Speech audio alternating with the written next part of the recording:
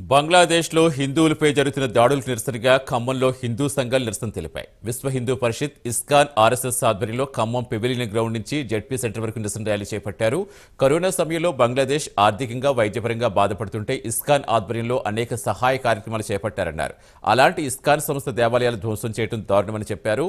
బంగ్లాదేశ్లో హిందువులపై జరుగుతున్న దాడులు అందరూ ఖండించాలన్నారు.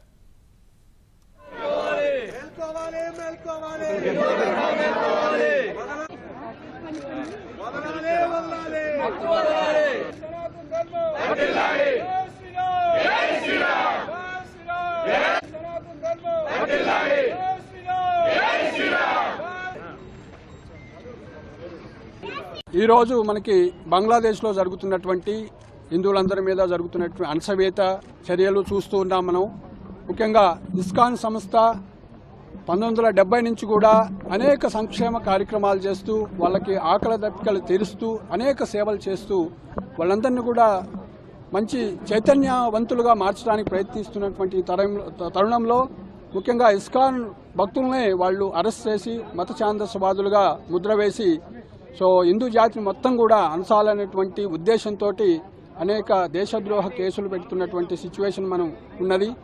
కాబట్టి భారతదేశంలోని అదేవిధంగా ప్రపంచవ్యాప్తంగా ఉన్నటువంటి సనాతన ధర్మాలు అందరూ కూడా హిందూ సనాతన ధర్మంలో ఉన్నటువంటి వ్యక్తులందరూ కూడా ఒక తాటిపై వచ్చి ఇలాంటి జరిగేటువంటి అన్యాయాన్ని కూడా సమర్థవంతంగా ఎదుర్కొని మనం భగవంతుడి యొక్క, శ్రీకృష్ణుడి యొక్క, శ్రీరాముడి యొక్క సహాయంతో, భగవన్నామం యొక్క సహాయంతో మనందరం కూడా నామం చేసి ఇలాంటి దుష్ట శక్తుల్ని మనం చూశాము. రామచంద్రుడు, శ్రీకృష్ణుడు అధర్మాన్ని ఏ విధంగా అణిచివేసి ధర్మాన్ని స్థాపించారో అలాంటి పరిస్థితి ఈ రోజు అందరం కూడా మనం మళ్ళీ చైతన్యంతో నామం చేస్తూ దీన్ని ఎంతో తెలివితోటి, చైతన్యంతో ఇలాంటి ఆకృత్యాలన్నింటినీ కూడా అణిచివేయాల్సిన బాధ్యత ఉంది.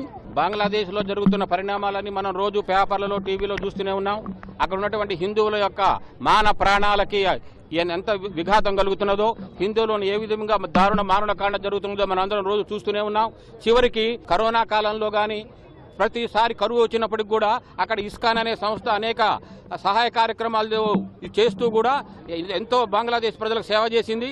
అట్లాంటి ఇస్కాన్ సంస్థ యొక్క దేవాలయాల మీద దాడులు చేయటం, ఇస్కాన్ సంస్థ నాయకులని దేశద్రోహ నేరం మీద అరెస్టు చేయటం, వాళ్ళ తరఫున వాదించడానికి వస్తున్నటువంటి లాయర్ల మీద దాడులు చేసి వాళ్ళని హాస్పిటల్ పాలు చేయటం, ఇవన్నీ కూడా దారుణ మారుణ కాండ హిందువుల మీద జరుగుతున్నది.